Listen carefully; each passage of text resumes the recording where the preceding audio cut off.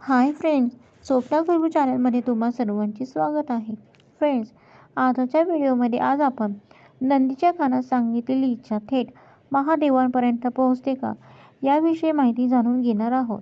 त्याआधी तुम्ही जर चॅनलवर नवीन असाल तर चॅनलला सबस्क्राईब करा. तर फ्रेंड्स, आज आपण जाणून घेणार आहोत वैश्विक ऊर्जा किंवा असे कोणते सखोल शास्त्र आहे यामागे दडलेले आहे, ज्यामुळे नंदीच्या कानात सांगितलेली गोष्ट थेट कैलासापर्यंत महादेवांच्या चरणापर्यंत पोहोचते.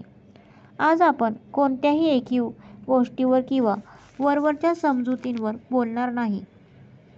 आज आपण या अत्यंत गूढ आणि रहस्यमय परंपरेमागे दडलेले वास्तुशास्त्र, ज्योतिषशास्त्र आणि आपल्या सनातन धर्माचे प्रगल्भ विज्ञान समजून घेणार आहोत. नंदीच्या कानात इच्छा सांगण्याची योग्य पद्धत कोणती? कोणत्या कानात इच्छा सांगावी?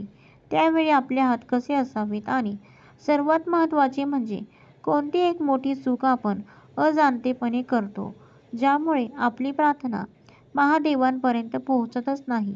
या सर्व प्रश्नांची उत्तरे तुम्हाला आजच्या या माहितीतून मिळतील. त्यामुळे तुमचे संपूर्ण लक्ष आता इथेच केंद्रित करा. नंदी केवळ एक वाहन की एक कॉस्मिक ऊर्जा? बऱ्याच जणांना असे वाटते की नंदी हे केवळ महादेवाचे वाहन आहे, पण हे सत्य अर्धेच आहे. अध्यात्म आणि वैश्विक विज्ञानानुसार नंदी हे प्रतीक्षा म्हणजे एकाग्रतेचे आणि अमर्याद संयमाचे सर्वात मोठे प्रतीक आहे. तुम्ही मंदिरात कधीही नंदीकडे बारकाईने पाहिले असेल तर तुमच्या लक्षात येईल की नंदीची दृष्टी सदैव अगदी एकटक शिवलिंगावर खिळलेली असते. त्याच्या डोळ्यात कोणतीही चंचलता नसते, त्याच्या बसण्यात कोणतीही घाई नसते. ते संपूर्णपणे शिवमय झालेले असतात. महादेवाचे स्वरूप हे अत्यंत विराट आणि अथांग आहे. मानवी मन हे मुळातच अत्यंत चंचल असते. ज्योतिषशास्त्रानुसार मानवी मनावर चंद्राचा अंमल असतो आणि चंद्राच्या कला जशा बदलतात तसे मानवाचे विचार क्षणाक्षणाला बदलत असतात.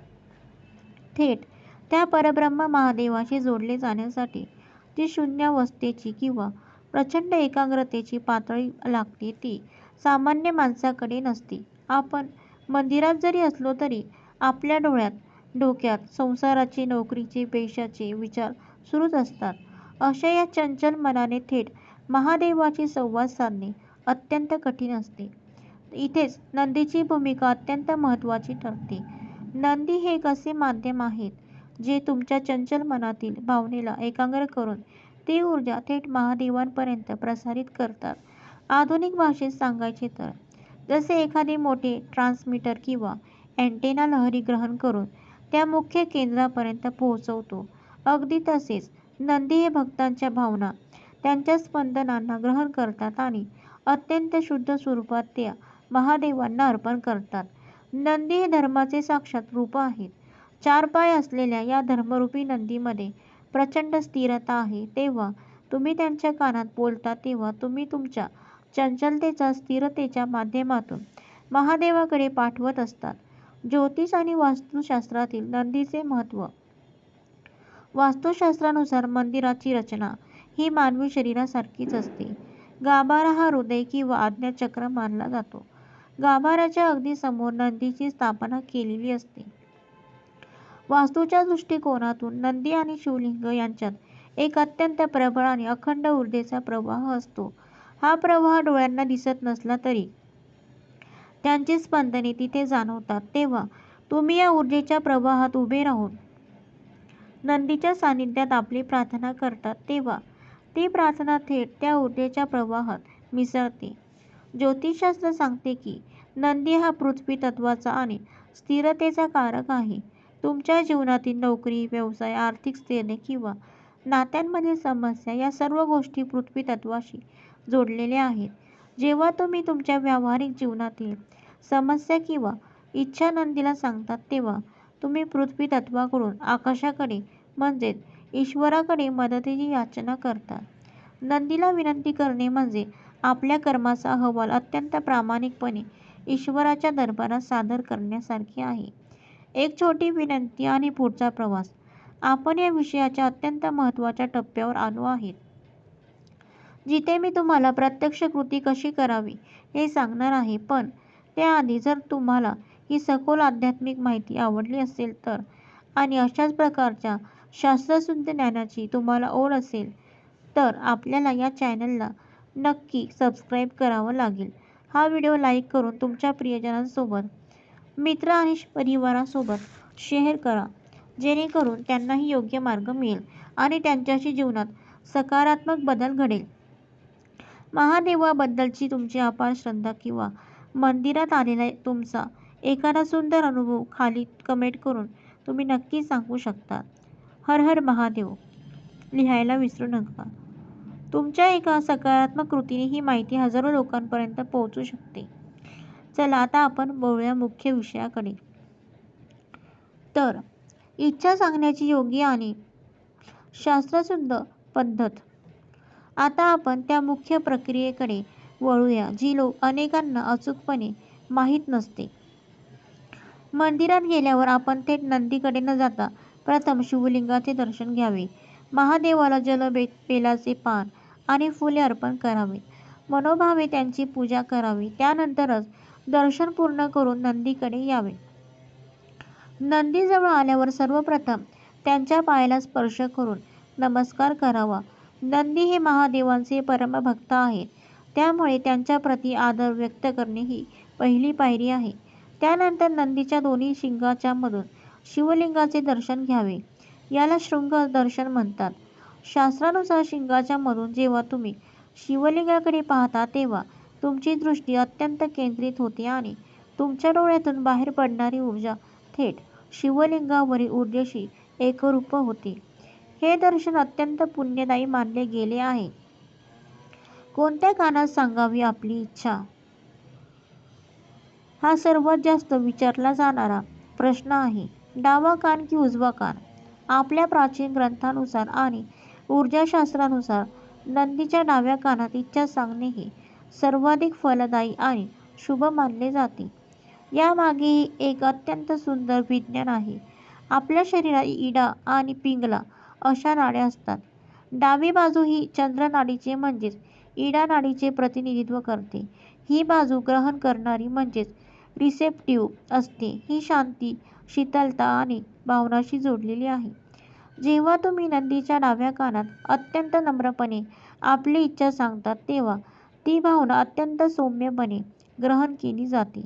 याचा अर्थ असा नाही की उजव्या कानात सांगितल्यास ते चुकीचे ठरते, पण डाव्या कानाचे महत्त्व शास्त्राने अधिक मानले आहे. हात कसे ठेवावेत आणि शब्द कसे असावेत? इच्छा सांगताना तुमच्या शारीरिक आणि मानसिक स्थितीचे नियमन खूप महत्त्वाचे आहे. जेव्हा तुम्ही डाव्या कानाजवळ जाऊन कुजबुजता तेव्हा तुमचा एक हात तुमच्या ओठांवर किंवा तोंडावर आणि नंदीच्या कानावर अशा प्रकारे ठेवावा की तुमचे शब्द बाहेर कोणालाही ऐकू जाणार नाहीत. त्याचवेळी तुमचा दुसरा हात नंदीच्या दुसऱ्या कानावर म्हणजेच उजव्या कानावर हलकेच ठेवावा. यामागे काय लॉजिक आहे? यामागे ऊर्जेचे विज्ञान दडलेले आहे. ध्वनी ही एक ऊर्जा आहे. जेव्हा तुम्ही तुमची इच्छा उच्चारता तेव्हा ती ध्वनी ऊर्जा दुसऱ्या कानातून बाहेर पडून हवेत विरून जाऊ नये. ती केवळ नंदीच्या आत सामावली जावी आणि थेट महादेवांपाशी पोहोचवावी. यासाठी दुसऱ्या कानावर हात ठेवण्याची प्रथा आहे. तसेच ओठांवर हात ठेवण्याचे कारण हे आहे की आपल्या तोंडातून बाहेर पडणारा श्वास किंवा उच्च श्वास थेट देवाच्या मूर्तीला लागू नये, कारण ते अशुद्ध मानले जाते. ही एक प्रकारची नम्रता आणि मर्यादा आहे जी आपण पाळली पाहिजे. इच्छा सांगताना मनात कोणते भाव असावेत? अनेक लोक नंदीच्या कानात इच्छा सांगताना जणू काही ईश्वरांसोबत एखादा व्यवहार करत असल्यासारखे बोलतात. माझे एवढे काम होऊ दे, मी तुला पेढे वाटेन किंवा माझी ही अडचण दूर कर, मी नारळ फोडेन. लक्षात ठेवा, ईश्वर हा तुमच्या कोणत्याही भौतिक वस्तूचा भुकेला नाही. त्याला फक्त तुमच्या शुद्ध भावाची भूक आहे. जेव्हा तुम्ही नंदीच्या कानात बोलाल तेव्हा संपूर्ण समर्पण भाव असावा. तुमची इच्छा अत्यंत स्पष्ट, सकारात्मक आणि त्रोटक असावी. फापट पसारा सांगत बसू नका. ईश्वराला तुमची परिस्थिती माहीत आहे. तुम्हाला फक्त तुमचा हेतू सांगायचा आहे. कारण उदाहरणार्थ, हे नंदी महाराज, माझ्या नोकरीमधील अडथळे दूर करा आणि मला स्थिर अशा यश प्राप्त करून द्या. ही माझी प्रार्थना महादेवांपर्यंत पोहोचवा. असे अत्यंत साधे पण विश्वासाने भरलेले शब्द असावेत. मंत्राचा योग्य वापर, साधी भाषा, सरळ वाणी आणि अत्यंत प्रामाणिकपणे सांगितलेली तुमची इच्छा नंदी नक्कीच महादेवांपर्यंत पोहोचवेल. मंत्राचा योग्य वापर आणि त्याची पद्धत आपली प्रार्थना अधिक प्रभावी आणि वेगवान करण्यासाठी आपल्या वैदिक शास्त्रामध्ये काही विशिष्ट मंत्रांचा उल्लेख आढळतो. इथे मी तुम्हाला 2 अत्यंत शक्तिशाली मंत्राच्या प्रयोगाबद्दल सांगणार आहे, जे तुम्ही नंदीच्या कानात इच्छा सांगताना करू शकता. सर्वात पहिला आणि अत्यंत प्रभावी मंत्र म्हणजे महादेवाचा मूळ पंचाक्षरी मंत्र. जेव्हा तुम्ही नंदीच्या कानात इच्छा सांगायला जाल तेव्हा इच्छा व्यक्त करण्यापूर्वी मनातल्या मनात हा पंचाक्षरी मंत्र अगदी शांतपणे जपावा. यामुळे तुमच्या सभोवतालची आणि तुमच्या मनातली नकारात्मक ऊर्जा नष्ट होते आणि तुमचे शब्द शुद्ध होतात. दुसरी आणि अत्यंत गुप्त पद्धत म्हणजे नंदीला प्रसन्न करण्यासाठी असलेला विशेष नंदी गायत्री मंत्र. जेव्हा तुम्ही तुमची इच्छा पूर्णपणे सांगून होता तेव्हा लगेच तिथून निघून जाऊ नये. तिथेच नंदीजवळ शांत उभे राहावे किंवा बसावे. आपली दृष्टी नंदीच्या चरणावर केंद्रित करावी आणि मनातल्या मनात या नंदी गायत्री मंत्राचा 11 किंवा 21 वेळा जप करावा. हा मंत्र नंदीची स्तुती करणारा आणि त्यांना जागृत करणारा आहे. या मंत्राच्या प्रभावाने तुमच्या प्रार्थनेला जणू काही पंख फुटतात आणि ती थेट वैश्विक ऊर्जेची जोडली जाते. मी या मंत्राचे प्रत्यक्ष शब्द इथे उच्चारणार नाही, परंतु तुम्ही कोणत्याही प्रामाणिक ग्रंथात किंवा गुरूच्या मार्गदर्शनाखाली हा नंदी गायत्री मंत्र सहज प्राप्त करू शकता. हा मंत्र अत्यंत पवित्र मनाने आणि योग्य उच्चारासह मनात जपणे आवश्यक आहे. कोणत्या चुका कटाक्षाने टाळाव्यात. अनेकदा लोक श्रद्धेने जातात पण अज्ञानामुळे काही अशा चुका करतात ज्यामुळे त्यांचे काम पूर्ण होत नाही. पहिली आणि सर्वात मोठी चूक म्हणजे नंदीच्या कानात कोणाचे तरी वाईट व्हावे, कोणाचे नुकसान व्हावे अशी प्रार्थना करणे. नंदी हे साक्षात धर्माचे प्रतीक आहेत. धर्माच्या दरबारात अधर्माची कोणतीही गोष्ट टिकू शकत नाही. जर तुम्ही द्वेषाने किंवा रागाने कोणाचे नुकसान करण्याची इच्छा तिथे प्रगट केली तर ती इच्छा तिथेच नष्ट होते आणि त्याचे नकारात्मक परिणाम तुमच्याच आयुष्यावर होऊ शकतात. त्यामुळे नेहमी स्वतःच्या प्रगतीची आणि कल्याणाची प्रार्थना करावी. दुसरी गोष्ट म्हणजे शारीरिक आणि मानसिक पावित्र्य. मंदिरात जाताना शक्यतो सात्विक आहार घेतलेला असावा. जर तुम्ही व्यसन करून किंवा अत्यंत नकारात्मक विचारांनी भरलेले असाल तर आधी काही वेळ मंदिराच्या आवारात शांत बसा. तुमचे मन शांत होऊ द्या, श्वास संत होऊ द्या आणि मगच नंदीकडे जा. अस्वस्थ मनाने केलेली प्रार्थना कधीही एकाग्र होऊ शकत नाही. तिसरी गोष्ट म्हणजे घाई. आजकाल लोकांना प्रत्येक गोष्टीत घाई असते. नंदीच्या कानात काहीतरी पुटपुटायचे आणि लगेच पळायचे असे करू नका.